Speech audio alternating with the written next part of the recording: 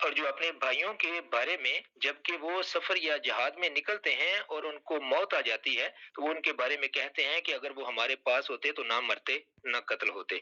یہ خیال ان کے اندر اس لیے پیدا ہوا کہ اللہ ان کو ان کے دلوں میں باعث حسرت بنا دے۔ اللہ ہی ہے جو زندہ کرتا ہے اور مارتا ہے، اور جو کچھ تم کرتے ہو وہ اللہ کی نگاہوں میں ہے۔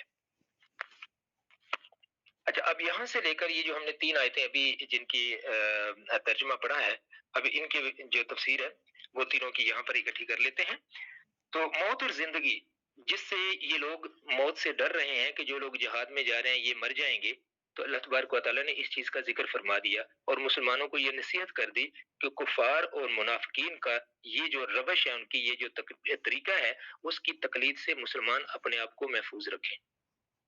ان کی بزدلی کی اثر وجہ ان کی یہ بد عقیدگی ہے کہ وہ موت اور زندگی کو اپنی تدبیروں کے تحت سمجھتے ہیں، کہ وہ کہتے ہیں کہ جیسا اگر ہم ایسے کریں گے تو ہم بچ جائیں گے، ایسے کریں گے تو مر جائیں گے، تو اس لیے ہمیں وہ کام کرنا چاہیے جس سے ہماری زندگی بچ جائے۔ اللہ فرماتا ہے کہ زندگی اور موت تو میں نے اپنے پاس رکھی ہوئی ہے، جس کو چاہتا ہوں جہاں چاہتا ہوں مار دیتا ہوں۔ تو جو زندگی اللہ تبارک و تعالیٰ نے انسان کے لیے لکھی ہوئی ہے وہی انسان نے جینی ہے، جتنا رزق اس کے لیے لکھا ہوا ہے وہی اس نے کھانا ہے، اور جس جگہ پہ اس نے مرنا ہے اس جگہ پہ وہ کسی نہ کسی وجہ سے ضرور پہنچا دیا جاتا ہے۔ تو چنانچہ ان کے بھائی بندوں میں سے کوئی کسی سفر یا جنگ میں اگر مارا جائے تو بڑی حسرت کے ساتھ کہتے ہیں کہ یہ اگر ہمارے پاس ہوتا یا ہمارے مشورے پر عمل کر لیتا تو اس کے اوپر یہ مصیبت نہ آتی۔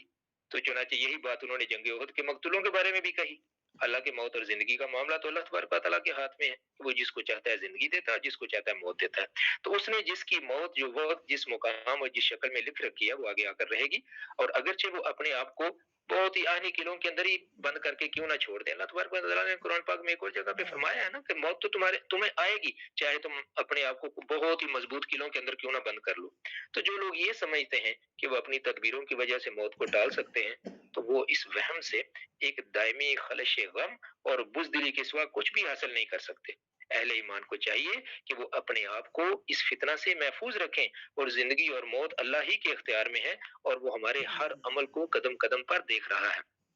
جیسے اس دن ہم ذکر کر رہے تھے نا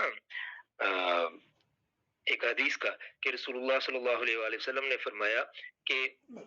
میری صحابہ سے فرمایا کہ ایک وقت آئے گا کہ تم لوگ بہت زیادہ ہوگے تعداد میں لیکن تم خس و خشاک کی طرح ہوگے۔ تو صحابہ نے کہا یا رسول اللہ صلی اللہ علیہ وآلہ وسلم یہ حالت ہماری کیوں ہوگی، مطلب امت مسلمہ کی یہ حالت کیوں ہوگی؟ تو یہ مفہوم بیان کر رہا ہوں حدیث کا۔ تو آپ نے فرمایا کہ تم میں وہن آ جائے گا۔